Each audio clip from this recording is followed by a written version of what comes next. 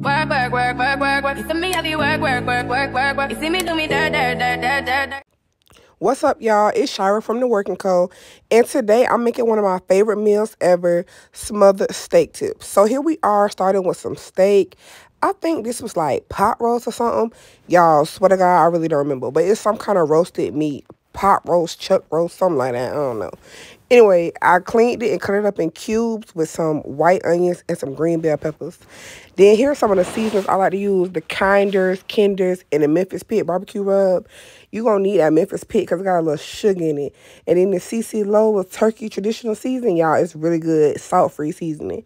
And here goes some garlic powder, of course, and black pepper. Okay, so I just poured some of those seasonings on it. Like, really, I just say season till the ancestors tell you to stop, okay? Just put seasoning on there to every piece of meat have a little bit on it. You don't want your meat to be salty now. Don't go out here coating the meat and drenching it all in the seasoning so it's salty.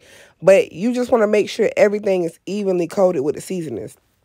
Okay, then you're going to dump it in a medium pan, a skillet, with a little bit of oil. Now, you could use Crisco, vegetable oil, olive oil, macadamia oil, all them kind of oils that they got. Put whatever you want in there. Just make sure you put some oil in the bottom of the pan because that's going to help bring out that fat, which we're going to need to make our gravy, which is the part that make it smothered, honey. Okay, so then I'm going to add some fresh garlic. Now, you can use minced garlic out the jar. Y'all know I'm a minced garlic girl, honey. I will use minced garlic in a minute, but I wanted fresh garlic because I didn't really have a lot of herbs to make this good. Then I'm going to cook some yellow rice right here on the side. I just followed the directions, but I really shouldn't have. All right, and then I use this Baron, okay? It's kind of like Epi's. If you know, you know, okay? All right, so now I'm just following the directions on the bag. Really unimpressed with the way it came out. I should have made my rice the way I make it for real with the finger trick. Do y'all know the finger trick? So the finger trick is you put the rice in the pot. And then you fill up the rice with water to your first knuckle. So you just put your finger right on the top of the rice. Don't stick it down to the bottom of the pot. And you put it right on top of the rice. And you fill the pot up to your first line on your knuckle. But I follow the directions. And like I said, I shouldn't have. So after a while, we let the steak cook down. Now, this is on like 5. Don't have that meat up on no high, honey. Because the meat going to be tough, rough, like a Louis bag. Please don't have that meat up high. So now we're about to make the gravy. So I'm just taking a spoon and I'm taking the meat out. Make sure you use a spoon with the holes in it so all the gravy and the juice can stay inside the pan. Like, that's the whole point of us making it smothered. Like, you need to keep the juices and the fat inside the pan. So I added a little bit of butter because it didn't really cook down to a lot of fat because the steak was like a kind of meaty cut. So the meat naturally didn't have a lot of fat on it. So I just added a little bit of butter, probably like, I don't know, 2 tablespoons or whatever. So some of the stuff that's left behind in there, just some of the little scrapers from the pan. But, you know, you can keep that in there. So now I'm going to add some flour to make my gravy. You can use cornstarch if you like. I think some people do that, but I just use flour. So some people take the cornstarch and they add it in water, the flour, y'all. The flour and they add it in water. Equal parts water, equal parts cornstarch. This is how I do it. Kind of like the way they do it when they made roux in Louisiana. Like, I put the flour straight in the pan. Straight in the pan, because you want to cook that flour down. You don't want your gravy tasting like chalk. You don't want the gravy tasting like nothing, and then it just be all lumped up on your plate looking nasty.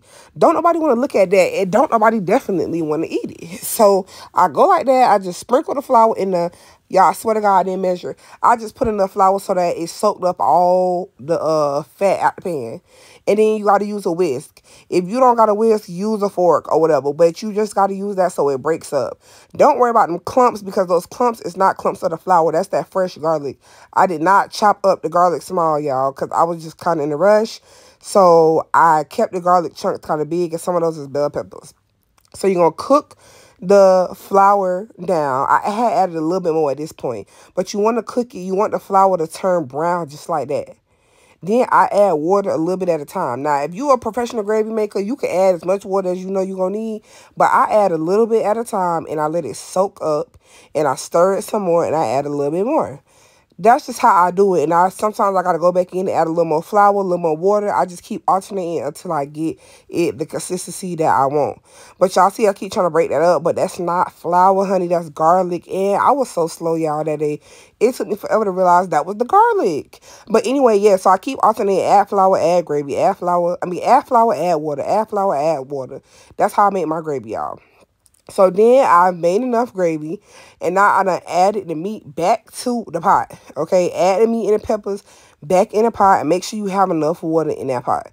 So I let it come up to a boil again, or a simmer if you want to say, and I put some more of this Kinders, whatever this called. I put some more of that on there because, honey, that shit is so good. I'm trying to tell y'all it's so good. That's literally like my favorite seasoning. One of my favorite seasons. I'm going to show y'all my favorite seasoning one day. But then you're going to put the lid on it, and you're going to put it down to like a 3. Like a 2 or a 3. You got to let it cook for at least 40 minutes, y'all. Really, it need to cook for an hour. Then I got some corn over here, you know, just to have a little vegetable. And yeah, this is just a timer, you know, watching the clock because, baby, I was hungry. So this is how it looks after it had been cooking for about 35, 40 minutes, and it was really tender. You should be able to break it with a spoon. I would have let it cook for an hour, y'all, but, you know, we was hungry. I couldn't wait that long. But if you let it cook for an hour, it's going to be fall apart, tender off the freaking bone. That's my corn. That's my rice that I shouldn't have followed the directions, and this is how it came out. It was really good. All right, y'all, so let's get into it. The video did not come out good, y'all. My ring light broke in the middle of me recording. I tried to do it with one hand. It didn't come out good. But I ended up having to cook the steak for 40 minutes on low to make it more tender. After 20 minutes, it was good, but it wasn't like falling apart like I wanted it to.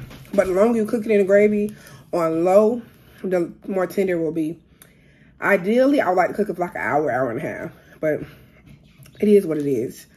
All right, so let's give it a try. We got the rice, a little bit of yellow rice, piece of steak.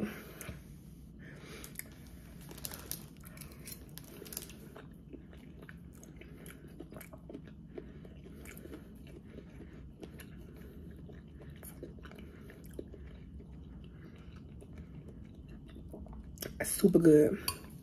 Super good. Super good, super good, super good. I'm gonna get a new ring light, y'all. I promise I'm gonna get a new ring light when I get back from Detroit. So that's gonna be Monday. So I should have a new ring light definitely by the time y'all see the next cooking video. But let me know if y'all have ever tried this. If you want to try it, if you make it, come back and let me know how it tastes. I'm gonna talk to y'all later. Work, work, work, work, work, work. You see me have you work, work, work, work, work, work. You see me do me da da da da da da.